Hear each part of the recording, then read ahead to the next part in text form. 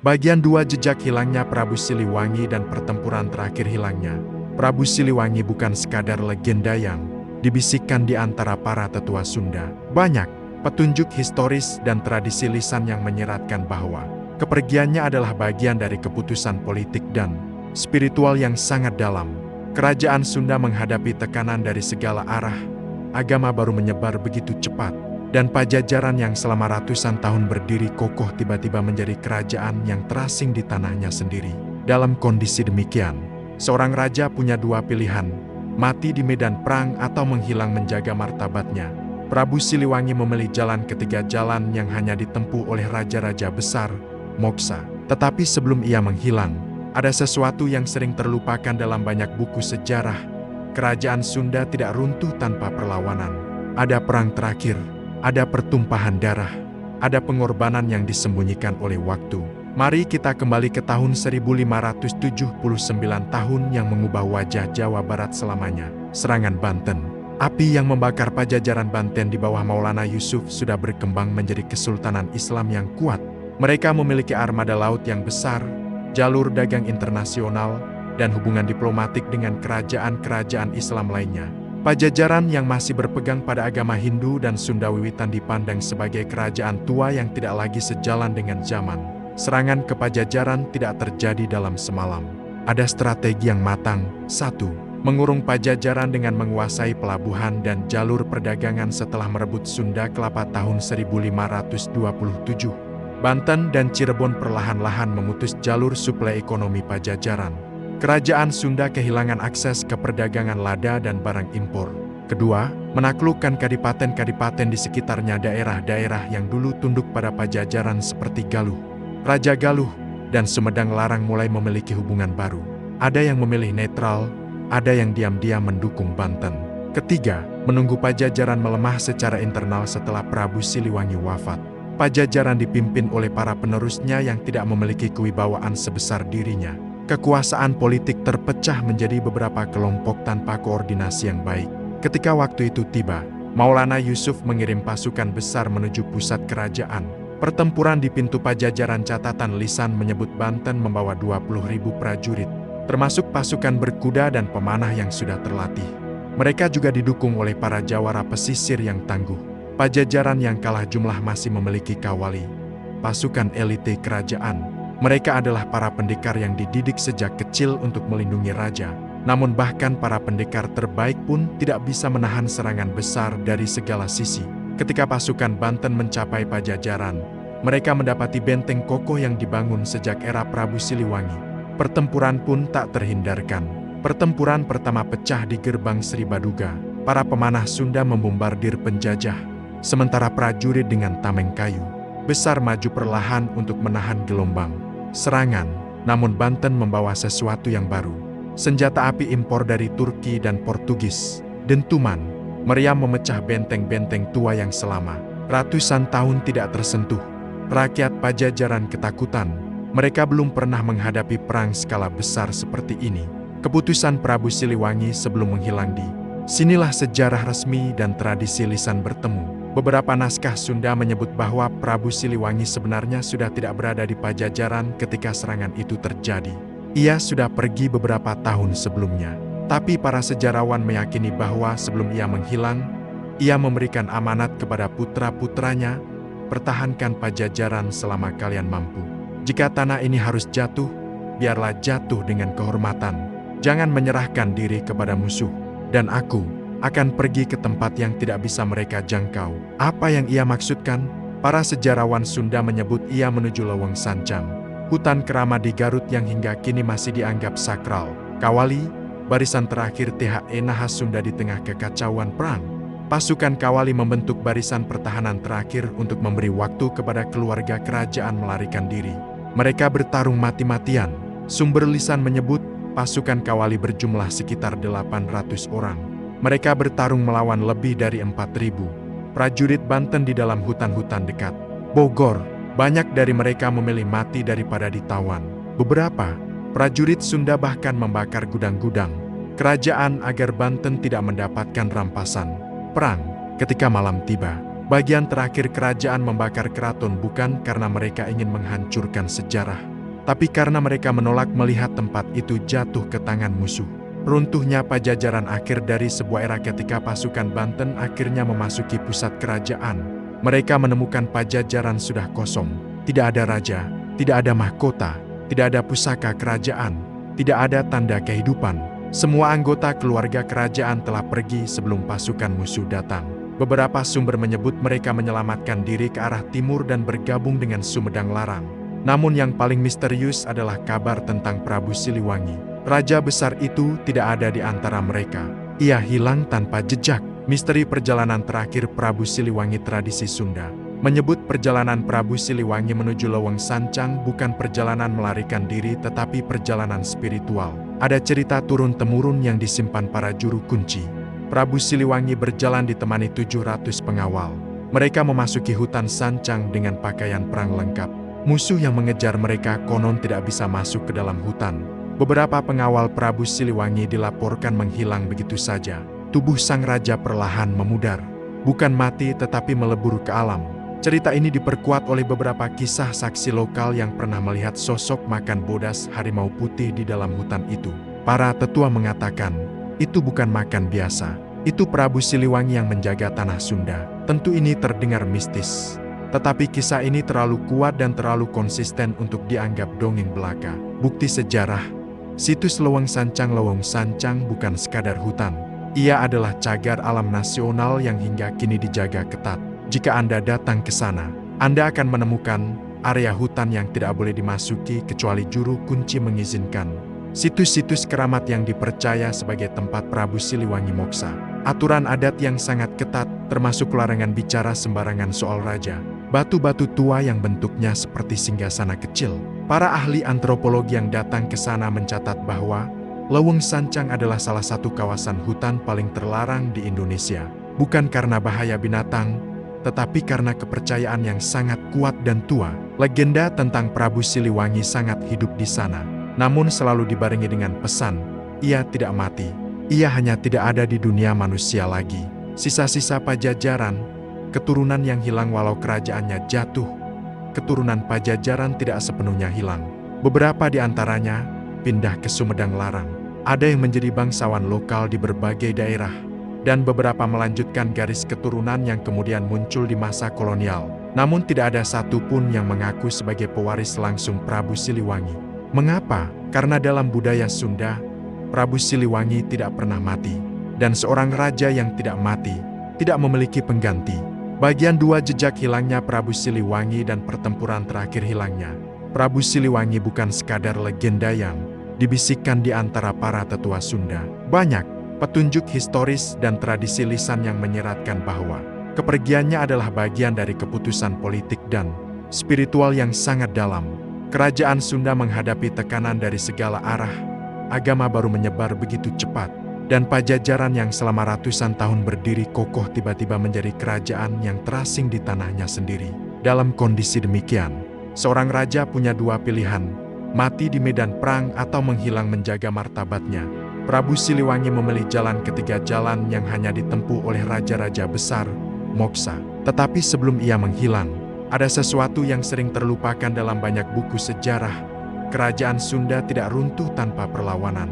Ada perang terakhir. Ada pertumpahan darah, ada pengorbanan yang disembunyikan oleh waktu. Mari kita kembali ke tahun 1579, tahun yang mengubah wajah Jawa Barat selamanya. Serangan Banten. Api yang membakar Pajajaran Banten di bawah Maulana Yusuf sudah berkembang menjadi kesultanan Islam yang kuat. Mereka memiliki armada laut yang besar, jalur dagang internasional, dan hubungan diplomatik dengan kerajaan-kerajaan Islam lainnya. Pajajaran yang masih berpegang pada agama Hindu dan Sunda wiwitan dipandang sebagai kerajaan tua yang tidak lagi sejalan dengan zaman. Serangan ke Pajajaran tidak terjadi dalam semalam. Ada strategi yang matang. 1. Mengurung Pajajaran dengan menguasai pelabuhan dan jalur perdagangan setelah merebut Sunda Kelapa tahun 1527. Banten dan Cirebon perlahan-lahan memutus jalur suplai ekonomi Pajajaran. Kerajaan Sunda kehilangan akses ke perdagangan lada dan barang impor. Kedua, menaklukkan kadipaten-kadipaten di sekitarnya, daerah-daerah yang dulu tunduk pada Pajajaran seperti Galuh. Raja Galuh, dan Sumedang Larang mulai memiliki hubungan baru. Ada yang memilih netral, ada yang diam-diam mendukung Banten. Ketiga, menunggu Pajajaran melemah secara internal setelah Prabu Siliwangi wafat. Pajajaran dipimpin oleh para penerusnya yang tidak memiliki kewibawaan sebesar dirinya. Kekuasaan politik terpecah menjadi beberapa kelompok tanpa koordinasi yang baik. Ketika waktu itu tiba, Maulana Yusuf mengirim pasukan besar menuju pusat kerajaan. Pertempuran di pintu Pajajaran, catatan lisan menyebut Banten membawa 20.000 prajurit, termasuk pasukan berkuda dan pemanah yang sudah terlatih. Mereka juga didukung oleh para jawara pesisir yang tangguh. Pajajaran yang kalah jumlah masih memiliki kawali, pasukan elite kerajaan. Mereka adalah para pendekar yang dididik sejak kecil untuk melindungi raja. Namun bahkan para pendekar terbaik pun tidak bisa menahan serangan besar dari segala sisi. Ketika pasukan Banten mencapai Pajajaran, mereka mendapati benteng kokoh yang dibangun sejak era Prabu Siliwangi. Pertempuran pun tak terhindarkan. Pertempuran pertama pecah di gerbang Sri Baduga. Para pemanah Sunda membombardir penjajah. Sementara prajurit dengan tameng kayu besar maju perlahan untuk menahan gelombang serangan. Namun Banten membawa sesuatu yang baru. Senjata api impor dari Turki dan Portugis. Dentuman meriam memecah benteng-benteng tua yang selama ratusan tahun tidak tersentuh. Rakyat Pajajaran ketakutan. Mereka belum pernah menghadapi perang skala besar seperti ini. Keputusan Prabu Siliwangi sebelum menghilang di sinilah sejarah resmi dan tradisi lisan bertemu. Beberapa naskah Sunda menyebut bahwa Prabu Siliwangi sebenarnya sudah tidak berada di Pajajaran ketika serangan itu terjadi. Ia sudah pergi beberapa tahun sebelumnya. Tapi para sejarawan meyakini bahwa sebelum ia menghilang, ia memberikan amanat kepada putra-putranya, pertahankan Pajajaran selama kalian mampu.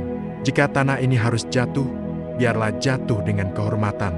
Jangan menyerahkan diri kepada musuh. Dan aku akan pergi ke tempat yang tidak bisa mereka jangkau. Apa yang ia maksudkan?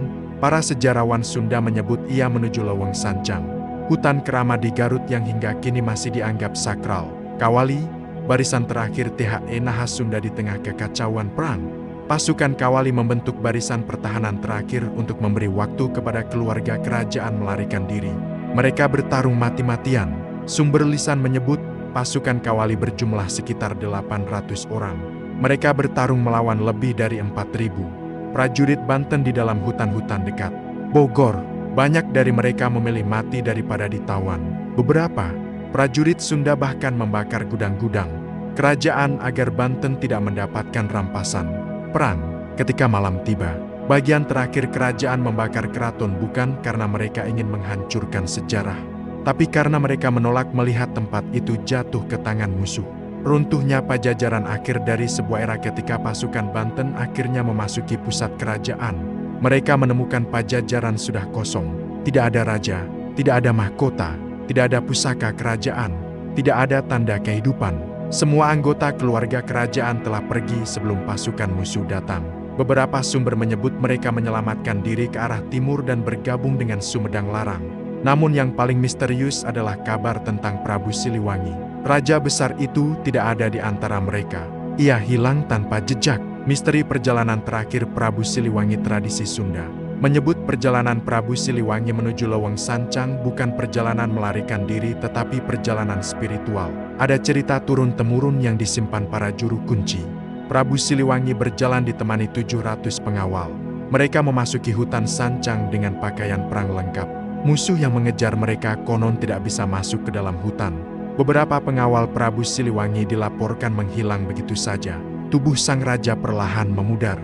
Bukan mati tetapi melebur ke alam. Cerita ini diperkuat oleh beberapa kisah saksi lokal yang pernah melihat sosok makan bodas harimau putih di dalam hutan itu.